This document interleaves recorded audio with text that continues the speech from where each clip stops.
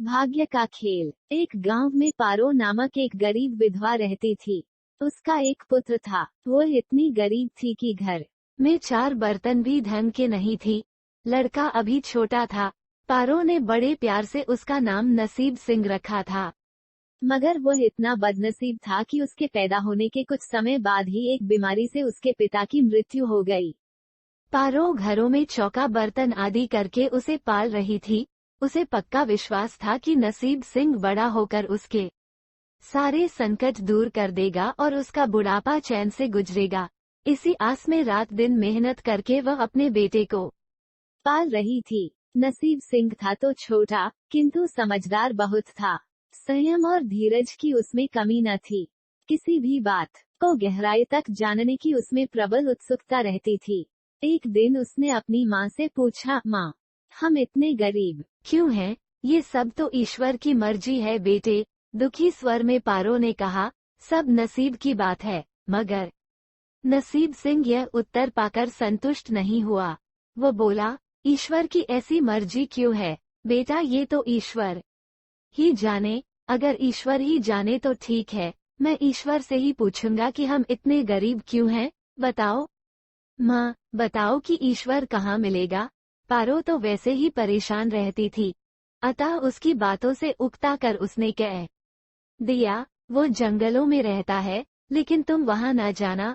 लेकिन नसीब सिंह ने दिल ही दिल में उसी क्षण इरादा बना लिया कि वो ईश्वर को ढूंढेगा और पूछेगा कि आखिर हम इतने गरीब क्यों हैं। एक दिन वह जंगल की ओर चल दिया। जंगल घना और भयानक था। चलते चलते नसीब सिंह बुरी तरह थक गया, मगर भगवान की परछाई भी उसे दिखाई नहीं दी। वह थक हार कर पत्थर की एक शिला पर जा बैठा और सोचने लगा कि भगवान तो यहाँ कहीं नहीं है। आखिर गरीबी दूर कैसे हो? तभी संयोगवश मृत्यु लोक का भ्रमण करते करते शिव पार्वती उधर ही आ निकले। उन्होंने बच्चे को वहां बैठे देखा तो उन्हें बड़ा अचरज हुआ कि यह अबोध बालक इस बीहड़ जंगल में बैठा क्या कर रहा है। भगवान शिव ने बालक से पूछा, तुम कौन हो बालक, और इस जंगल में बैठे क्या कर रहे हो? मैं ईश्वर को ढूंढ रहा हूँ। ईश्वर को?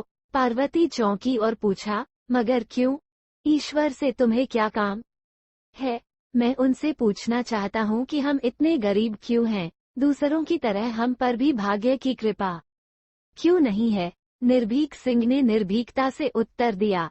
माँ पार्वती और भगवान शिव उस बच्चे का साहस देखकर बहुत प्रसन्न हुए। माँ पार्वती तो करुणा की सागर है, उन्हें उस बच्चे पर बड़ी दया आई और भगवान शिव से मुखातिब होकर बोली, प्रभु, इस बालक का कुछ कीजिए। हम कुछ नहीं कर सकते पार्वती, क्योंकि इसके भाग्य में यही सब लिखा है। भाग्य देवता के लेख के अनुसार इसे ऐसा ही जीवन भोगना है। नहीं नहीं स्वामी, आपको कुछ करना ही होगा। माँ पार्वती हठ करने लगी। जिद न करो पार्वती, यदि हम उसे कुछ दे भी देंगे तो वो इसके पास नहीं रुकेगा। इसे वैसा ही जीवन जीने दो जैसा भाग्यदेव चाहते हैं।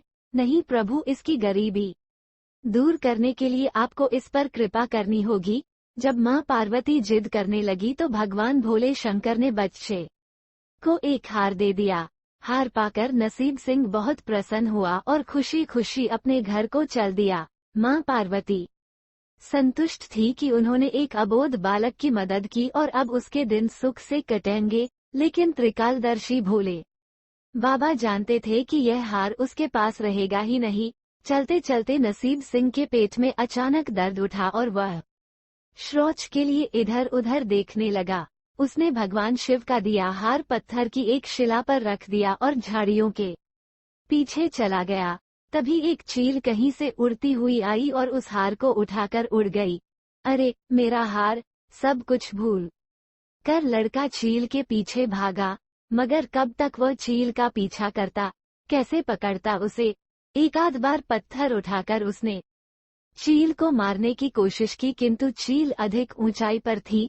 कुछ ही पलों में चील उसकी नजरों से ओझल हो गई तो वो बड़ा दुखी हुआ और रोते रोते अपने घर की ओर चल दिया। घर पहुंचकर उसने माँ को सारी बात बताई, मगर पारो को उसकी बात पर बिल्कुल भी विश्वास नहीं हुआ। हाँ, उसकी बात सुनकर थोड़ी सी उदास अवश्य हो गई, लेकिन नसीब सिंह माँ की उदासीनता देखकर हतोत्साहित नहीं हुआ। उसने मन ही मन निर्णय लिया कि वो कल फिर वहीं जाएगा और भगवान शिव पार्वती को अपनी विपदा सुनाएगा।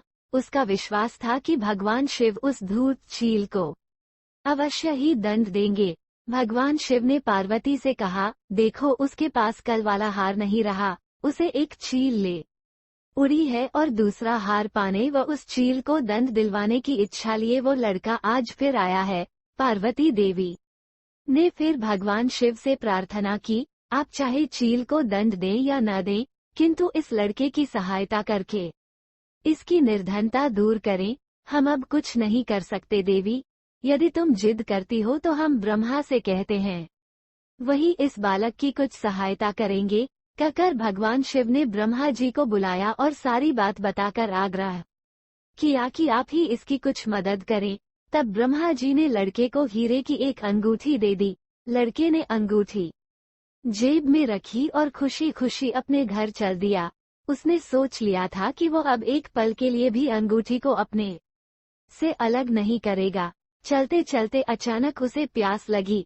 वो सरोवर के किनारे पहुंचा और जैसे ही वो चुल्लू भर कर पानी पीने के लिए झुका, वैसे ही उसकी जेब से अंगूठी निकलकर पानी में जा गिरी और इससे पहले कि वह उठाता, एक मछली उसे निगल गई। नसीब सिंह फिर रोते रोते घर आया और माँ को सारी बात बताई। बेटा, जब तक भाग्य में नहीं है तब तक कोई भी चीज नहीं रुकेगी, माँ ने उसे दिलासा देते हुए कहा।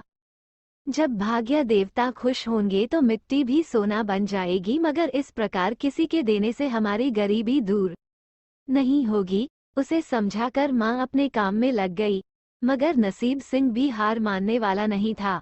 उसने मन ही मन सोच लिया था कि वो कल फिर जाएगा। तीसरे दिन वो फिर जा पहुंचा। शिव और पार्वती उसका ये साहस देखकर बहुत खुश हुए। शिवजी ने इस बार ब्रह्मा जी के पास जाकर बात की कि वो लड़का तो बड़ा साहसी है, इसका कुछ उद्धार किया जाना चाहिए। तब ब्रह्मा जी ने सलाह दी कि हमें भगवान श्री हरि के पास जाना चाहिए, वही इसका कोई हल बताएंगे। अतः वो श्री हरि के पास जा पहुँचे। पूरी बात सुनकर भगवान विष्णु ने नसीब सिंह को कुछ हीरे दिए। हीरे पाकर वो बहुत खुश हुआ और इस बार बिना कहीं रुके उसने सीधे अपने घर जाने का निश्चय किया, क्योंकि 2 बार उसकी चीजें खो चुकी थी। जब वह घर पहुंचा, माँ घर पर नहीं थी। अतः नसीब सिंह ने हीरे एक लोटे में रखकर कोने में छिपा दिए और माँ को ढूंढने निकल पड़ा। वो मन ही मन सोचने लगा कि अब माँ को किसी के घर काम करने की क्या आवश्यकता है, अब तो वह भी अमीर बन गए हैं। उधर पीछे से चोर उसके घर में घुसे और जो भी सामान हाथ लगा लेकर भाग निकले। उस सामान में लोटा भी था जिसमें हीरे रखे थे। जब वो माँ के साथ वापस आया तो देखा कि हीरे गायब थे। इतना ही नहीं, घर का दूसरा सामान भी गायब था। अब तो उसकी माँ को बहुत गुस्सा आया। वो बोली, क्यों मुझे नई नई कहानियां सुनाकर पागल बनाता जा रहा है। सारा दिन आवारा की तरह इधर उधर भटकता रहता है और शाम को पिटाई के अड़ से कोई नई कहानी सुना देता है। माँ की अड़ांट सुनकर लड़का रोने लगा। वह तो केवल वही जानता था कि जो कुछ भी उसने बताया था वह सत्य था। अड़ांट खाकर लड़के की हिम्मत और बढ़ गई और अगले दिन वह फिर उसी स्थान पर जा पहुंचा। भगवान भोले शंकर सोचने लगे कि इस पर इतनी मुसीबतें पड़ी लेकिन इसने हिम्मत नहीं हारी। इससे वह बहुत प्रसन्न हुए और भाग्य देवी के पास जाकर बोले, ये लड़का बहुत ही साहसी, हिम्मती और धीरज वाला है। ऐसा व्यक्ति अभागा नहीं हो सकता, इसे कुछ दे दो। आज्ञा पाकर भाग्य की देवी ने नसीब सिंह को सोने का एक सिक्का दिया। सिक्का लेकर नसीब सिंह खुशी खुशी अपने घर को चल दिया। जब उसने घर जाकर वो सिक्का अपनी माँ को दिया तो उसकी माँ बहुत खुश हुई। अब क्योंकि उन पर भाग्य देवी की कृपा हो गई थी, अतः सारे काम ही अपने आप शुभ होने लगे। दूसरे दिन ही एक मछली वाला उसके गांव में मछली बेचने आया तो लड़के ने वही सिक्का देकर मछली खरीद ली। उसकी माँ ने मछली का पेट चीरा तो वह अंगूठी निकली जो ब्रह्मदेव ने उसे दी थी और जो उसकी जेब से तालाब में गिर गई थी। माँ ने अंगूठी संभाल कर रख ली और नसीब सिंह से बोली, जा बेटा, जंगल से थोड़ी लकड़ियाँ ले आ, आज घर में ईंधन बिल्कुल नहीं है। लड़का कुल्हाड़ी लेकर जंगल की ओर चल दिया। वहां जाकर जिस पेड़ पर लकड़ी काटने के लिए चढ़ा, वहां उसी चील का घोंसला था जो उसका हार उठाकर ले गई थी। लड़के ने देखा कि चील कहीं आसपास नहीं थी। नसीब सिंह ने अपना हार उठा लिया और जो भी थोड़ी बहुत लकड़ियां पेड़ के आसपास पड़ी थी, वही उठाकर घर की ओर चल दिया। माँ हार पाकर बहुत खुश हुई। अब तो देखते ही देखते उनके दिन बदल गए। घर में किसी चीज का अभाव नहीं रहा। फिर ईश्वर की कुछ ऐसी करनी हुई कि जो चोर उसके घर से हीरे चुरा कर ले गए थे, उन्हें सपने में महादेव ने चेतावनी दी कि जो हीरे उस लड़के के घर से चुरा कर लाए थे, वे तुरंत वापस कर दो, वरना तुम्हारा सर्वनाश कर दूंगा। चोर उसी दिन हीरे उसके घर पर दे गए और अपनी गलती के लिए माफी भी मांगी। इस प्रकार उस अभागे का भाग्य चमक उठा। अब उसके घर में किसी चीज की कमी न थी और उनकी गरीबी सदा के लिए समाप्त हो गई। अगर कहानी अच्छी लगी हो तो वीडियो को लाइक जरूर कीजिएगा।